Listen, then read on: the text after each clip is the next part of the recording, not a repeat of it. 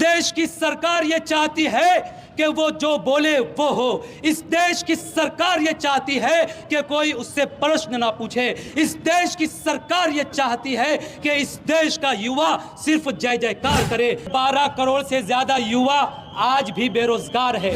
इस देश की सरकार इस संविधान के विरोध में काम कर रही है। अगर आप इस देश के संविधान ने आपको बोलने की आज़ादी दी है, इस देश के संविधान ने आपको मजहब की आज़ादी दी है, इस देश के संविधान ने आपको प्रश्न पूछने की आज़ादी दी है। देश का किसान जब अपने हुकूक के लिए सड़कों पर आता है तो उसके रास्तों में कील बिछा दी जाती है, उस पर आंसू गैस छोड़े जाते हैं, उस पर ड्रोन से हमला किया जाता है। क्या यही इस देश का विकास है? हमें वही हिंदुस्तान चाहिए जहां पर इस देश का नौजवान अपने हुकूक के लिए आंखों में आंखें डालकर सरकार से बात कर सके।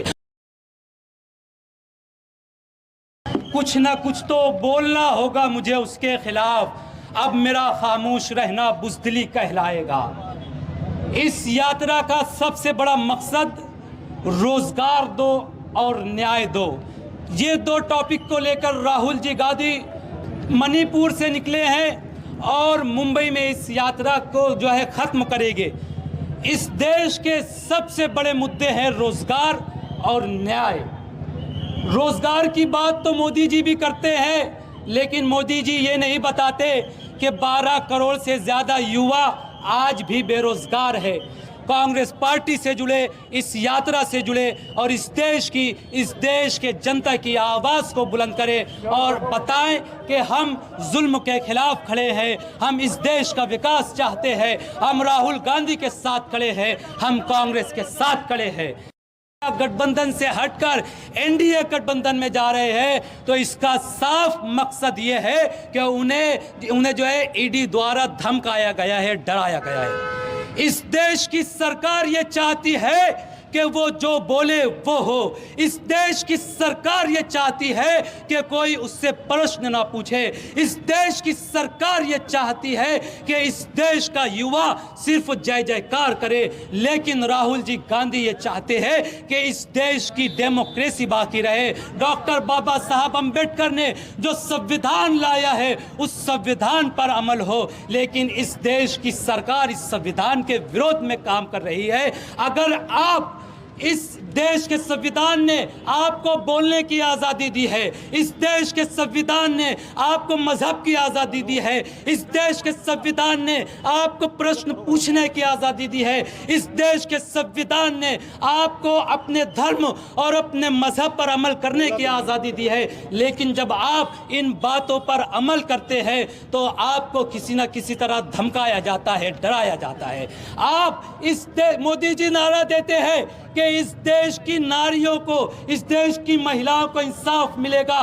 उसी दिन बिल्किस बानो के कातिलों को आज़ाद कर दिया जाता है। मोदी जी, मैं प्रश्न पूछना चाहता हूं कांग्रेस पार्टी की ओर से, इस देश के युवाओं की ओर से, इस देश के उन लोगों की ओर से जो आज भी इस बात पर विश्वास रखते हैं कि इस देश में इंसाफ बाकी है, उन सभी लोगों की ओर से मैं प्रश्न पूछना चाहता हूं कि क्या यही नारी शक्ति के साथ न्याय है? क्या यही महिलाओं के साथ न्याय है कि बिल्किस बानो के कातिलों को छोड़ दिया जा रहा है?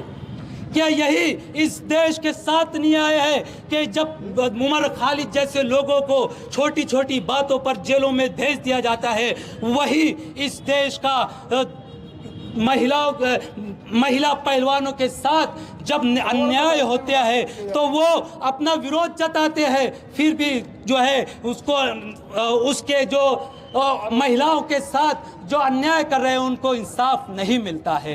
क्या यही इस देश की जनता के साथ न्याय है कि इस देश का किसान जब अपने हुकूक के लिए सड़कों पर आता है तो उसके रास्तों में कील बिछा दी जाती है, उस पर आंसू गैस छोड़े जाते हैं, उस पर ड्रोन से हमला किया जाता है? क्या यही इस देश का विकास है? क्या यही इस देश का सबका साथ सबका विकास है? अगर यही मोदी जी का सबका साथ सबका विकास है तो हमें ऐसा विकास नहीं चाहिए। हमें वही सत्ता चाहिए कांग्रेस पार्टी की जिसमें एक आम नागरिक भी खड़े होकर बड़ी बहादुरी से सवाल पूछ सकता था। हमें वही हिंदुस्तान चाहिए जहां पर इस देश का नौजवान अपने हुकूक के लिए आंखों में आंखें डालकर सरकार से बात कर सके, और यही राहुल जी गांधी चाह रहे हैं, और यही इस यात्रा का उद्देश्य और यही इस यात्रा का मकसद है। और हमें उम्मीद है कि राहुल जी गांधी इस यात्रा में सफल होंगे,